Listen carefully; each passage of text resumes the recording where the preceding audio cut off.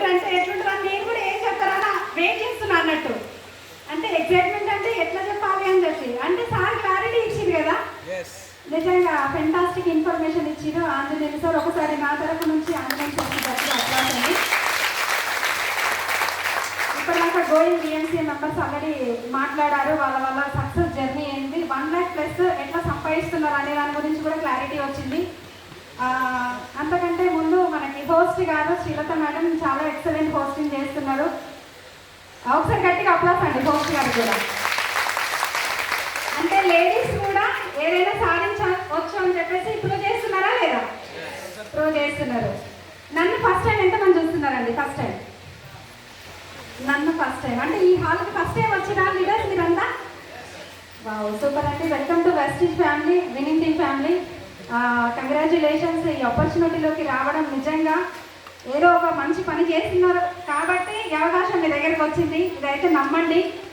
ఈరోజు ఈ డేటు ఈ మృగశిర కార్తీ అందరికీ శుభాకాంక్షలు అన్నట్టు. అంటే ఈ కార్తీలోకి వచ్చినా కదా ఈరోజు వచ్చింది అని అంటే నిజంగా ఈ డేట్ రాసి పెట్టుకోండి. ఇక్కడ ఏ స్పీకర్ ఏది మాట్లాడినా కాసేపు వినండి. ఇది కొత్త లీడర్స్ కోసం కాదు, స్పెషల్గా పాత లీడర్స్ కోసం అనమాట. మీకు అర్థమైతే ఓకే, అర్థం కాకపోయినా ఎంజాయ్ చేయండి. మిమ్మల్ని ఎవరైతే ఇన్వైట్ చేసిరో వాళ్ళతో కలిసి కూర్చొని క్లారిటీ తీసుకోండి. మీకోసం నా పేరు సంధ్య పోషకైన ఈ బిజినెస్ స్టార్ట్ చేసి ఒక 5 సంవత్సరాలు అవుతుంది. ఏవీలో చూసినట్టుగా కంప్లీట్ ఒక సింపుల్ హోమ్ మేకర్ నుంచి చిన్న చిన్న పనులు అంటే శారీస్ బిజినెస్ చేయడం, తర్వాత చిట్టీలు రన్ చేయడం, స్టిచ్చింగ్ చేయడం. మాది కూరగాయల షాప్ ఉందన్నమాట. అక్కడ షాపు అక్కడ అది మెయింటైన్ చేసుకోవడం ఇవన్నీ చేస్తుండే. ఇప్పుడు ఒక 5 సంవత్సరాల ముందు ఆ పని చేసేది. 5 సంవత్సరాల నుంచి ఒక 1.5 year 2 years వరకు పార్ట్ టైమ్గా వెస్టీజ్ని చేసిన తర్వాత ఇప్పుడు ఒక 3 years అవుతుంది ఫుల్ టైమ్గా చాలా ప్యాషనేట్గా బిజినెస్ బిల్డ్ చేస్తున్నా. వెస్టీజ్ ఆపర్చునిటీ నిజంగా నా దగ్గరికి తీసుకొచ్చిన వ్యక్తులు వచ్చేసరికి ఫస్ట్ అంటే ఒక ఎక్స్ నెట్వర్క్లో నేను కూడా వర్క్ చేశాను అనమాట. ఒక 3 years ఒక 3 సంవత్సరాలు అక్కడ పనిచేసిన. కానీ నా హైయెస్ట్ ఇన్కమ్ వచ్చేసరికి ఇక్కడ ఎంతమందికి మీరు ఒకసారి రియలైజ్ అవ్వండి. అక్కడ 3 సంవత్సరాలు పనిచేస్తే నాకు వచ్చిన హైయెస్ట్ ఇన్కమ్ వచ్చేసరికి 5,000 చేంజ్. కానీ ఇక్కడ 3వ నెలనే 15,251 రూపాయలు చెప్పిన ఏవీలో. అది నిజం. ఫస్ట్ మంత్ స్టార్ట్ అయినప్పుడు 137 రూపీస్తో స్టార్ట్ అయింది నా జర్నీ. కానీ నాకు అక్కడ పరిచయం చేసిన వ్యక్తులు వచ్చేసరికి ఆంజనేయులు రాజమౌళి సార్. తర్వాత ఏంటి అని అంటే మెల్లమెల్లగా బిజినెస్ని వదిలేసినాము. తర్వాత అక్కడ అంతా నేను అనుకున్నంత సక్సెస్ అయితే లేదు, బాగాలేదు అని చెప్పేసి కరెక్ట్గా లేదు. అంటే విజన్ అంటే అనుకున్నా డైరెక్ట్ సెల్లింగ్ నాకు రైట్ ఆపర్చునిటీ అనుకున్నా. కానీ నేను అనుకున్నంత సక్సెస్ అయితే అక్కడ కనిపించలేదు కాబట్టి దాన్ని వదిలేసి నా పనిలో నేను చేసుకుంటూ వెళ్ళిపోయినా. తర్వాత ఏంటి అని అంటే ఈ అవకాశం మళ్ళీ ఆంజనేయులు సార్ మళ్ళీ ఈ అవకాశంలోకి పరిచయం చేసి చెప్పిన జస్ట్. కానీ నాకు మొట్టమొదటిగా వచ్చిన వ్యక్తులు మాత్రం పూర్ణిమ మేడం, పురుషోత్తం దాసు సార్ నా దగ్గరికి వచ్చి ప్లాన్ చెప్పిన వ్యక్తులు అనమాట. తర్వాత ఆంజనేయులు సార్, శ్రీనివాస్ వడ్డమాన్ సార్, వీళ్ళందరూ ఏంటంటే నాకు ఎప్పుడు కూడా సపోర్టింగ్గానే ఉంటూ అప్లైన్స్ అంటే ఇక్కడ అప్లిఫ్ట్ ఖచ్చితంగా మనల్ని అప్లిఫ్ట్ చేస్తూ ఉంటారు. బయట మన సక్సెస్ ఎవరు కూడా కోరుకోరు. వీళ్ళు ఫెయిల్ అయితే బాగుండు, వీళ్ళు మనకంటే బెటర్గా ఉన్నారు, మనకంటే తక్కువ ఉండాలని ఆలోచిస్తారు తప్పిస్తే అదేముండదు. కానీ ఇక్కడ మాత్రం ఏంటి అని అంటే మీ సక్సెస్ కోరుకునే వ్యక్తులు ఎవరైనా ఉన్నారు అని అంటే మిమ్మల్ని తీసుకొచ్చిన పర్సన్సే. నిజం వాళ్ళకి ఒకసారి గట్టిగా అప్లాస్ ఇవ్వండి. ఎందుకంటే ఎప్పటికప్పుడు నా బిజినెస్ని నేను ఎంత చేసినా కూడా ఏంటంటే ఖచ్చితంగా ఇక్కడ ఆల్రెడీ అందరూ లీడర్స్ ఉన్నారు కదా, ప్రాబ్లమ్స్ వస్తున్నాయా లేదా? బిజినెస్లో వస్తున్నాయా లేదా? సర్కారు ఇవ్వద్దు, మళ్ళీ సౌత్ ఆఫ్రికా పోవాలి మనం. వస్తున్నాయి కదా ప్రాబ్లమ్స్. అంటే ఇప్పుడు ఇంతసేపు మనకు ప్లాన్ తెలుసు ఆల్రెడీ. ఇక్కడ ఇప్పుడు 4 basics గురించి చాలా క్లారిటీ ఇచ్చిరు. ఏమైనా డబ్బులు ఇన్వెస్ట్మెంట్ చేసేది ఉందా? మీ అప్లైన్ ఎవరైనా చెప్పిన అట్లా లేదు. ఇంకా ఏంటి, ఇంకేం ఇన్వెస్ట్ చేసేది ఉంది? రిస్క్ ఉందా? కాంపిటీషన్ ఉందా? ఇంకేమైనా ప్రాబ్లమ్స్ ఉన్నాయా? ఇక్కడ ఒకటి వచ్చేది ఏంటి అని అంటే ప్రాబ్లము పీపుల్ నుంచి వచ్చే మొట్టమొదటి వ్యక్తి ఉంది. మొట్టమొదటి వాక్యం ఏదైనా ఉంది అని అంటే no. Yes or no? No. No అనే మాటనే కదా, ఇదే కదా problem. Yes or no? No అనే మాట వినడానికి ప్రాబ్లం అవుతుంది. ఇప్పుడు ఇవన్నీ ఇక్కడ దాకా వచ్చిన లీడర్స్ అందరికీ ఎస్ వచ్చిందా? మళ్ళీ మీరు మళ్ళీ నో అంటారు. Yes or no? అంటే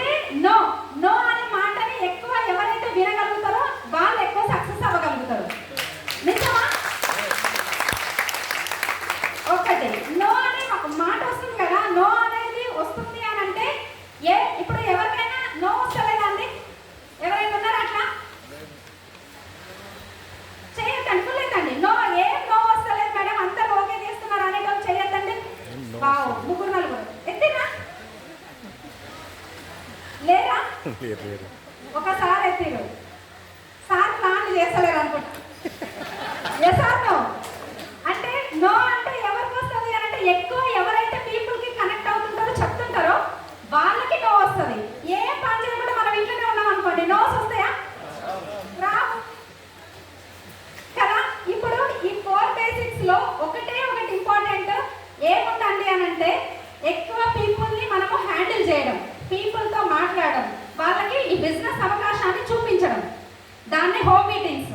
ఎంతమంది హోమ్ మీటింగ్స్ చేస్తున్నారు? హోమ్ మీటింగ్స్ అంటే మిగతా వాళ్ళు ఎత్తని వాళ్ళు చేస్తున్నారు అనుకోమా చేస్తలేరు అనుకోమా? హలో చేతులు దింపండి ఒకసారి. ఎంతమంది హోమ్ మీటింగ్స్ చేస్తున్నారు? హోమ్ మీటింగ్స్ అంటే ఏంటి అని అంటే ఒక డెమో బ్యాగ్ పట్టుకొని మంచిగా ఇంతకుముందు సార్ చెప్పారు కదా, మంచి white shirt black pant, gents అయితే బ్లాక్ షూ బ్లాక్ సాక్స్ వేసుకొని నీట్గా ప్రొఫెషనల్గా రెడీ అయ్యి వాళ్ళ దగ్గర అన్ని డెమోస్ పట్టుకొని ఒకరి ఇంటికి వెళ్ళి అక్కడ ఉన్న చుట్టుపక్కల వాళ్ళని, కింద ఉన్న వాళ్ళని, పైన ఉన్న వాళ్ళని పిలిచి కలిసి కూర్చోబెట్టి ప్లాన్ ఎక్స్ప్లెయిన్ చేసి డెమోస్ చేసేదాన్ని హోమ్ మీటింగ్స్ అంటారు. అందరికి తెలుసా ఇది? Yes or no? ఇది హోమ్ మీటింగ్ కాదు, టీమ్ మీటింగ్. మాట్లాడాలి కదా. హోమ్ మీటింగ్ అంటే కొత్త వాళ్ళు ఉంటారు, మాట్లాడేది ఉండదు. మరి ఇది టీమ్ మీటింగ్ అన్నప్పుడు మాట్లాడాలా లేదా? మాట్లాడాలా లేదా? ఎస్ ఆర్ నో అంటేనే క్లారిటీ వస్తుంది. కాబట్టి ఏంటి అంటే ఎంతమంది హోమ్ మీటింగ్స్ చేస్తున్నారండి? హోమ్ మీటింగ్స్ మిగతా వాళ్ళు ఎత్తలేదు అని అంటే మీరు చేస్తలేరా మేడం? నిద్ర వస్తున్నట్టు కొత్త వాళ్ళకి, లీడర్స్కి కూడా. సూపర్ అండి. హోమ్ మీటింగ్స్ చేస్తున్నారు. ఏ విధంగా చేస్తున్నారు హోమ్ మీటింగ్స్ అంటే? మీరే వెళ్ళి చెప్తే బాగుంటుందా? మీ అప్లైన్ వెళ్ళి చెప్తే బాగుంటుందా హోమ్ మీటింగ్? ఇది అసలైన కిక్ అన్నమాట. మేడం నేను చెప్తే ఎవరు వినరు మేడం, మీరు వస్తే బాగుంటుంది అని చెప్పి నాకు అడిగే వాళ్ళు చాలా మంది ఉంటారు. మీరు వస్తే ఎట్లయినా వాళ్ళు వస్తారు మేడం అని చెప్తారు. కానీ ఇక్కడ డిసైడ్ అయ్యేది ఎవరితోటి డిసైడ్ అవుతారు? ఎవరితోటి డిసైడ్ అవుతారు అని అంటే ఎవరైతే స్ట్రాంగ్గా డిసైడ్ అవుతారో వాళ్ళు చెప్తే ఎవరైనా సరే మీ దగ్గర ఇన్ఫర్మేషన్ ఉంది, ఇన్ఫర్మేషన్ లేదు అనేది ఏం లేదు. మీరు ప్రోడక్ట్ తీసుకొని వెళ్ళాలి, డెమో బ్యాగ్ పర్ఫెక్ట్గా పెట్టుకోవాలి. వాళ్ళకి అక్కడ వెళ్ళిన తర్వాత మనం మాట్లాడే విధానాన్ని బట్టి, ఇంతకుముందు రోడ్ మ్యాప్ టు సక్సెస్ అనే బుక్ సార్ చెప్పారు. ఆ బుక్ అనేది 1కి 10 సార్లు చదవండి. 1కి 10 సార్లు చదవండి. ఎట్లా చేయాలనేది క్లారిటీ ఉంటుంది, ఏ విధంగా మాట్లాడాలనేది క్లారిటీ ఉంటుంది. ఎంతమంది దగ్గర బుక్ ఉందండి? అందరి దగ్గర ఉంది. ఎంతమంది చదువుతున్నారు డైలీ? మేము ఏడు చదువుతున్నాం మేడం, తీసుకొని అయితే తీసుకున్నాం, లాస్ట్ పెట్టినాం పక్కన అని చెప్పేసి అనుకుంటారు కదా. నిజమే, అది చాలా మంది చదవట్లేదు. స్టార్టింగ్ నేను కూడా పక్కన పెట్టిన, నాకు అర్థం కాలేదు. బిజినెస్ లో మూమెంటం లేనంత సేపు ఏం చేసినానంటే, సార్ నాకు ప్లాన్స్ అవుతలేవు, నేను ఎవరు చెప్పినా నో చెప్తున్నారు. 10 మందికి 10 మంది నో చెప్తున్నారు అని అంటే ప్రాబ్లం వాళ్ళ దగ్గర లేదు. 10 మందికి 10 నోస్ వస్తున్నాయి అంటే ప్రాబ్లం మన దగ్గరే ఉంది. అంటే మార్చుకోవాల్సింది ఎవరు అని అంటే మనమే. దాసు సార్ నేను ఆంజనేయ సార్ని నేను ఫోన్ చేసి అడిగినప్పుడు వాళ్ళు చెప్తుంటే అనమాట, ఏమనంటే మీరు ఏం చేస్తున్నారు మేడం, ఎక్కడ ప్లాన్ చేస్తున్నారు అంటే మస్తు మంది ప్లాన్లు చెప్తున్నారు సార్, ఒక్కడు కూడా నో ఎస్ వస్తలేదు, అందరూ నో వస్తున్నాయి. అంటే మీరు ఏ బుక్ చదువుతారు?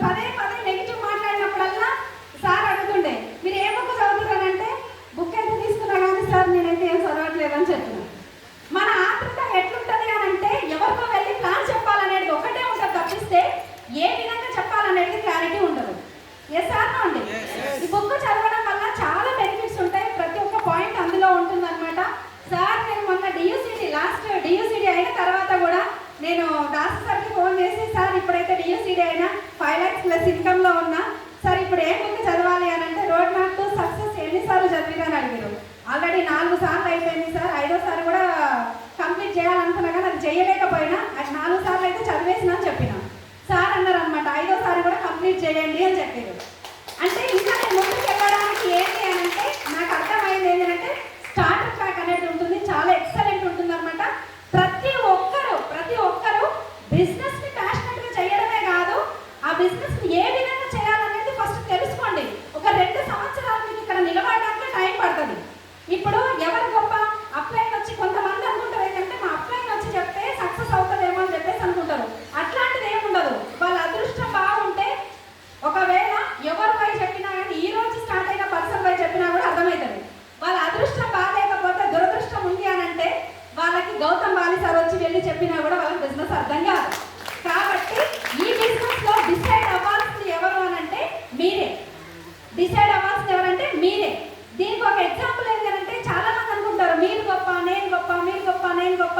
మీరు వస్తే బాగుంటుందని చెప్పేదానికి ఒక చిన్న స్టోరీ అన్నమాట. ఏంటంటే ఈ 5,000కి పోట్లాట వచ్చిందనమాట. ఈ 5,000కి పోట్లాట వచ్చింది. ఆ పోట్లాటలో ఏంటి అని అంటే బొటనవేలు అంటది అనమాట. ఏమని అని అంటే అందరికంటే ఈ 5,000లో గొప్పదాన్ని నేనే, ద్రోణాచార్యుడు ఏకలవ్యుడికి అంటే ఈ శిష్యరికంలో గురువు దక్షిణగా ఏమడిగితే ఏమిస్తాను అని అంటే నాకు అడిగింది ఏంటంటే నన్నే అడిగిరు, బొటనవేలు అడిగిరు. Yes or no? బొటనవేలు అడిగిరు. అంటే నేను ఎంతో గొప్పదాన్ని అయితే నన్ను అడుగుతాను అని చెప్పేసి అంటదనమాట. కానీ ఈ పక్కనున్న బొటనవేలు పెద్దవేలు ఇది ఈ మాట అంటే ఈ పక్కనున్న చూపుడు వేలు అంటదనమాట. ఏమని అని అంటే నువ్వే అంత గొప్ప అయితే ఈ దేశంలో ఎక్కడ ఎవరిని ఏం చూపించాలన్నా ఏది చేయాలన్నా కానీ చూస్ చేసుకునేది నన్నే కాబట్టి నేనే గొప్ప అని చూపుడు వేలు అంటుంది. ఈ పొట్టుకున్న ఈ వేలే ఇట్లా అంటే ఇంత పొడుగున్న నేనెంత గొప్పదాన్ని అని చెప్పేసి మధ్య వేలు అంటది అనమాట. నేనే చాలా గొప్పదాన్ని, అందరికంటే పెద్దగా ఉన్నా కాబట్టి పొడుగున్నా కాబట్టి అని చెప్పేసి అంటది. మీరంతా పెద్ద గొప్ప ఏం కాదు. ఎవరు ఏ డైమండ్స్ అయినా ఏదైనా తొడగాల్సింది మీకెవరికి తొడగరు, నాకే తొడుగుతారని ఉంగరం వేలు అంటది. అర్థమవుతుందా? అన్ని విచిత్రంగా ఈ 4 చూస్తుంటాయి అనమాట. ఈ చిన్నదాని వైపు చిటికెన వేలు సైడ్ ఇది ఏం చెప్తుందా అని చెప్పి. మీ అంత గొప్పదాన్ని అయితే నేనేం కాదు. నేను నమస్కారం చేసినప్పుడు భగవంతుడికి అతి దగ్గరలో ఉండేది నేనే అని చెప్పి చిటికెన వేలు చెప్తున్నాను. అంటే ఇక్కడ ఎవరి స్థానం వాళ్ళకు ఉంటుంది, ఎవరి స్థాయి వాళ్ళకు ఉంటుంది. వీళ్ళు గొప్ప వాళ్ళు గొప్ప అనేది ఏముండదు. మీరు అంటే చూడటానికి అందరూ black suits, white shirts, black pants, ఇక్కడ అందరూ సేమ్ ఈక్వల్ డ్రెస్ కోడ్ ఉంటుంది. కానీ వాళ్ళు మాట్లాడే మాటల్లో అసలైంది ఉంటుంది అనమాట. వాళ్ళ మాట్లాడే మాటల్లోనే మనకు క్లారిటీ వస్తుంది ఎవరేంటి, ఎవరు ఎంత గొప్ప వాళ్ళు అని చెప్పేసి. Yes or no? యాటిట్యూడ్ అనేది చాలా చాలా ఇంపార్టెంట్ ఈ బిజినెస్ లో. Accountability, attitude. ఎవరిని కూడా ప్రీజెక్ట్ చేయకండి. ఎవరు నో అనేది పర్మనెంట్ కాదు. ఈ రోజు మీకు వస్తున్న నో అనేది పర్మనెంటా కాదు. ఎందుకనంటే ఆల్మోస్ట్ నాకు 4 years back, 3 years back, 2 years back నాకు నోస్ వచ్చినాయి. కానీ ఈ రోజు ఎస్ కూడా వస్తున్నాయి. అదే నోలతోటి ఇప్పుడు ఎస్ కూడా చెప్తున్నారు. అంటే నో అనేది పర్మనెంట్ సొల్యూషన్ కాదు. మీ హోమ్ మీటింగ్స్కి వెళ్ళినప్పుడు, ప్లాన్స్కి వెళ్ళినప్పుడు ఎవరి గురించి అయినా కానీ ఎవరిని కూడా ఎవరి ఈగోని హర్ట్ చేయకుండా వాళ్ళతో ఒక మంచి రిలేషన్షిప్ బిల్డ్ చేయండి. ఆ మంచి రిలేషన్షిప్ ఏంటి అని అంటే రేపు పొద్దున మీకు వచ్చే మీ టీంలో డియూసిడీస్. అర్థమవుతుందండి? కాబట్టి ఎవరిని కూడా మీరు ప్రీజెక్ట్ చేయాల్సిన అవసరం లేదు, ఎవరి ఈగోని హర్ట్ చేయాల్సిన అవసరం లేదు. ఈ బిజినెస్ ఎంత అవసరం అంటే చాలా మందికి, ఎంతమందికి పిల్లలు ఉన్నారండి? పిల్లలు అందరికి ఉన్నారు కదా. పిల్లలు అనేది ఏంటంటే మనకు ఎవరైనా కానీ ఈరోజు ఎవరి కోసం కష్టపడుతున్నాము అని అంటే వాళ్ళ కోసమే. Yes or no? కాబట్టి ఏంటి అని అంటే ఇక్కడ నాకు జరిగిన నా పర్సనల్ ఎక్స్పీరియన్స్ ఏంటి అని అంటే ఈ బిజినెస్ స్టార్ట్ చేయకముందు అంటే వేరే ఒక ఎక్స్ నెట్వర్క్లో ఉన్నప్పుడు నా పిల్లలు చాలా చిన్నగా ఉండే, వాళ్ళని కూడా చాలా అంటే వాళ్ళ కోసమే నేను చేస్తున్నా. ఇక్కడ చాలా మంది జాబ్ ఉంటుంది, బిజినెస్ ఉంటుంది. ఈ రోజు నాకు నిన్న జరిగిన ఒక ఇన్సిడెంట్ అనమాట. నిన్న జరిగిందే. చాలా మందికి మనము చెప్తా ఉంటాం మీటింగ్స్కి రండి, మీటింగ్స్ చాలా ఇంపార్టెంట్, నేర్చుకోవాలి. సంపాదన ఒకటే కాదు, లెర్నింగ్ ఈజ్ ఎర్నింగ్. మనం ఎప్పుడైతే నేర్చుకుంటామో ఎర్న్ చేయడానికి సిద్ధం అవుతామో. కాబట్టి ఏంటంటే ఫస్ట్ నేర్చుకోండి అని అంటే మేడం నాకు ఈ ప్రాబ్లం ఉంది, మా ఇంట్లో పిల్లలు ఉన్నారు, మాకు ఈ ఫంక్షన్స్ ఉన్నాయి, రకరకాల రీజన్స్ చెప్తారు. కానీ ఒక్కటి నాకు అర్థం కాదు, ఈరోజు మీరు పిల్లలు ఉన్నారని మీటింగ్స్కి రాకుండా ఉంటున్నారు. మరి ఇదే మాట మీ జాబ్కి చెప్తున్నారా? నాకు పిల్లలు ఉన్నారు సార్. బాస్ గారికి చెప్తున్నారా? నాకు పిల్లలు ఉన్నారు సార్, నేను జాబ్కి రాలేను అని చెప్పి చెప్తున్నారా అండి? లేదు. ఎందుకు? అది అవసరం కాబట్టి. ఇక్కడ జాబ్కి ఎంతైతే ఇంపార్టెన్స్ ఇస్తున్నారో మీ గుండెల మీద చేసుకొని చెప్పండి. నేను లీడర్స్ అడుగుతున్న ఈ మాట, వెస్టీజ్కి అంత ఇంపార్టెన్స్ ఇస్తున్నారా? కొంతమందే సౌండ్ వస్తుంది. నో ఇస్తలేదు. ఎందుకు? చెక్కు మనది ఎందుకు మెయింటైన్ అవ్వట్లేదు, ఎందుకు మనం పెరగట్లేదు అని అంటే మనం బయట వేరే జాబ్స్ ఇచ్చినంత ఇంపార్టెన్స్ మనం వెస్టీజ్ బిజినెస్కి ఇస్తలేదు. ఒక్కసారి ఆలోచించండి. మీరు ఇంటికి వెళ్ళిన తర్వాత నేను లీడర్స్ వేస్తున్న క్వశ్చన్ ఇది. మీరు ఇంటికి వెళ్ళిన తర్వాత ఒకసారి కూర్చోండి, మీరు ఎక్కడ మిస్టేక్ జరుగుతుందో ఒకసారి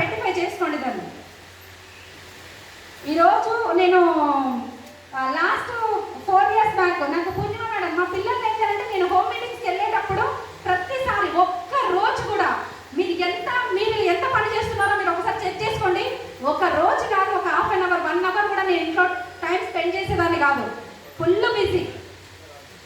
అంత బిజీ ఉంటే నేను మా పిల్లలు మా చిన్న బాబు అనమాట, అమ్మ ఈ ఒక్క రోజు ఉండమ్మా ఇంట్లో, ఒక్క రోజు ఉండమ్మా ఇంట్లో అన్న మాట నా కళ్ళల్లో ఇంకా కనబడుతుంది. నేను అప్పుడు గోల్డ్ డైరెక్టర్లో ఉన్నా. నేను అదే మాట నేనేం చెప్పినంటే పూర్ణిమ మేడంకి చెప్పిన అనమాట, మేడం నా పిల్లలు ఏడుస్తున్నారు మేడం, ఒక్క రోజు కూడా ఉండమని ఫోర్స్ చేసి కూడా ఉండలేకపోతున్నా మేడం, నాకున్న సిచ్యువేషన్ అది, బయటికి వెళ్ళాల్సిన పరిస్థితి ఉంది, కానీ నా పిల్లలు మాత్రం ఇట్లా చేస్తున్నారంటే నాకు ఒకటే ఒక మాట చెప్పారనమాట, ఈరోజు మీ పిల్లలకి ఏమి ఇస్తున్నారు, వాళ్ళు ఎట్లుంటున్నారో వాళ్ళకి తెలీదు, కానీ రేపు పొద్దున ఎలాంటి లైఫ్ లీడ్ చేస్తున్నారు అనేది మీరు విజువలైజ్ చేయండి అని చెప్పి ఆ రోజు చెప్పిన మాట నా బాబు కళ్ళల్లో ఇంకా నాకు అది తలుచుకుంటే కూడా కన్నీళ్ళు వస్తాయి. కానీ ఈరోజు చాలా గర్వంగా చెప్తున్నా, వాళ్ళకు నచ్చిన లైఫ్ నేను ఇవ్వగలుగుతున్నా. మరి సిద్ధంగా ఉన్నారా మీరు? ఇక్కడ మీరు చేయాల్సిన పని ఏంటి అని అంటే, ఈరోజు మీ జాబ్కి మీ పిల్లలు సాగు అవ్వట్లేదు, కానీ వెస్టేజ్ మీటింగ్కి సాగు అవుతున్నారు, ఇక్కడ నేర్చుకోవడానికి సాగు అవుతున్నారు, హోమ్ మీటింగ్స్కి సాగు అవుతున్నారు, ప్రతి పనికి వెస్టేజే అడ్డం అవుతుంది. అట్లాంటప్పుడు మన వెస్టేజ్ మీ దగ్గర ఎట్లా మీకు ₹1,00,000 ఇన్కమ్ ఎట్లా వస్తుందండి? ఎట్లా వస్తుంది అనుకుంటున్నారు? ఈరోజు ఎలాంటి లైఫ్ ఉంటుందో వాళ్ళకి తెలీదు, తెలుసా? 10 years బిలో ఉన్న పిల్లలకు తెలుసా అండి? తెలీదు. రేపు పొద్దున ఒక 4 సంవత్సరాలు 3 సంవత్సరాల తర్వాత మీరు ఇచ్చే లైఫ్ మామూలుగా ఉండదు. 2030 నాటికి, ఈరోజు వచ్చిన కొత్త లీడర్స్కి కూడా నేను చెప్తున్నా, 2030 నాటికి ఎట్లుంటుందో ఒక్కసారి విజన్ మీరు చూడండి. నేను వెస్టేజ్లోకి రాకముందు 2019లో వెస్టేజ్ బిజినెస్ ఎట్లుంటుంది అని అంటే, బయట నా జీవితం ఎట్లుంటుంది అని అంటే మొత్తం బ్లాక్, ఏం కనబడదు. కానీ ఈరోజు ఏంటి అని అంటే 2030లో నాది ఎట్లుంటుంది, నా లైఫ్ స్టైల్ ఎట్లుంటుంది అని అంటే కళ్ళ కట్టినట్టు నాకు కనబడుతుంది, మామూలు ఉండదు లైఫ్. అంటే అంత ప్లానింగ్ ఉంది. మీరు కూడా ఏదో నామకే వాస నడుస్తుందంటే నడుస్తుంది, ఇది కాదండి లైఫ్, ఇది కాదు లైఫ్. అందరూ ఒకసారి ఇట్లా చేతులు పెడితే ఈ వేళ్ళు నా ప్రాబ్లం, అక్కడ ఉన్న ఎవరైతే లీడర్స్ ఉన్నారో మీరందరూ ఉన్నారు కదా, మీరందరూ నా డ్రీమ్, ఇది నా ప్రాబ్లం, మీరంతా నా డ్రీమ్. Just wait. ఇప్పుడు మిమ్మల్ని అందరినీ చూసింది అనుకోండి, నా వేళ్ళు నాకు బ్లర్ అయితే, అంటే డ్రీమ్ని చూస్తే నా ప్రాబ్లమ్స్ నాకు బ్లర్ అయితే, నా ప్రాబ్లమ్స్ ఈ వేళ్ళని నేను చూస్తే నా డ్రీమ్ బ్లర్ అవుతుంది. అర్థమైందా? ఇది అర్థమైంది. నా వేళ్ళని చూస్తే మీరు అంటే డ్రీమ్ చూస్తే ప్రాబ్లమ్స్ బ్లర్ అయితే, ప్రాబ్లమ్స్ చూస్తే డ్రీమ్ బ్లర్ అవుతుంది. మీరు ఏం చూడాలనుకుంటారు? డ్రీమ్ ని చూస్తారా, ప్రాబ్లమ్స్ చూస్తారా? డ్రీమ్ ని చూస్తారు. మరి డ్రీమ్ ని చూసే వాళ్ళు చిన్న చిన్న సాకులు ఎందుకు చెప్తున్నారు? హోమ్ మీటింగ్స్ కి మీరు ఏ విధంగా అయితే చేయాలో first road map to success అనే బుక్ చదవండి. తర్వాత ఎక్కువ ఆలోచించకుండా గొప్ప ఆలోచనలు సృష్టించే అద్భుతాలు, మ్యాజిక్ ఆఫ్ థింకింగ్ బిగ్, ఆ బుక్ చదవండి. మీరు ఎక్కువ కోపిస్ట్ లాగున్నారా, మీ మాటలు అనేది చాలా అనువుగా రావట్లేవంటే మీరు చదవాల్సిన బుక్ ఏంటి అంటే అందరినీ ఆకట్టుకునే కళ. ఈ బుక్ చదవండి. హోమ్ మీటింగ్స్ అనేది పర్ఫెక్ట్గా ఎక్కడ ఒకరింటికి వెళ్ళినారు అని అంటే మీ మొహంలో మీ నవ్వు అనేది ఆల్మోస్ట్ అన్ని ప్రాబ్లమ్స్కి సొల్యూషన్. నవ్వుతూ ఉండండి ఎప్పుడు. నవ్వు అనేది చాలా ఇంపార్టెంట్. ఈరోజు వేరే వాళ్ళ గురించి వీళ్ళ గురించి వాళ్ళ గురించి అవసరం లేదండి. ఎవరి గురించి మాట్లాడుకుంటే ఏమొస్తుంది చెప్పండి? ఎవరి గురించి ఆలోచిస్తే ఏమన్నా వస్తుందా? ఏం రాదు. మరి అలాంటప్పుడు మనం ఎందుకు వేరే వాళ్ళ గురించి ఆలోచించాలి? అవసరం లేదు కదా. ఇప్పుడు ఒక తండ్రి కొడుకు అనమాట, తండ్రి కొడుకు ఒక గుర్రాన్ని కొనుక్కొని వెళ్ళిపోతుంటారు నడుచుకుంటూ. నడుస్తూ ఏమంటుందంటే తండ్రి చెప్తాడు, నాన్న నువ్వు ఎక్కరా గుర్రం అని చెప్తాడు. నువ్వు ఎక్కరా గుర్రము అని అంటే బాగా ఎక్కాడు అనమాట. ఎక్కేసరికి ఏంటి అని అంటే కొంచెం ముందుకు వెళ్తుంటాడు. జనాలు అంటుంటారు అనమాట, ఏమైందిరా పెద్ద మనిషిని నడిపిస్తున్నావు, నువ్వేమో గుర్రం మీద కూర్చొని పోతున్నావు అని చెప్పి. ఇంకొంచెం దూరంగా పోగానే ఏంటి అని అంటే ఇదేదో బాగాలేదు ఆయన, నువ్వే ఎక్కువ డాడీ నాన్న అని చెప్పేసి ఆయన దింపేశాడు. ఆ గుర్రం వాళ్ళ నాన్న పైన నాన్నని ఎక్కిపిస్తాడు అనమాట. ఏంటయ్యా పెద్ద మనిషి, నువ్వు పెద్ద మనిషిగా ఉన్నావు, పోరగానే నడిపిస్తున్నావు, నువ్వేమో గుర్రం ఎక్కినావు అని అంటాడు. మళ్ళా జనాలు ఏంటి అని అంటే మళ్ళా విమర్శిస్తూ ఉంటారు అనమాట. తర్వాత ఇంకొంచెం దూరం పోగానే వీళ్ళిద్దరు ఇట్లా బాగాలేదని చెప్పేసి ఇద్దరు గుర్రం ఎక్కుతారు. ఇద్దరు ఎక్కేసరికి గుర్రము ఉంటారా, ఇద్దరు ఎక్కితే ఉంటారు ఆ గుర్రం అని చెప్పేసి మళ్ళీ అంటారు. ఇద్దరు దిగుతారు, నడుచుకుంటూ మళ్ళీ వెళ్ళిపోతుంటారు. మళ్ళీ వెళ్ళిపోయేసరికి ఏమవుతుంది అని అంటే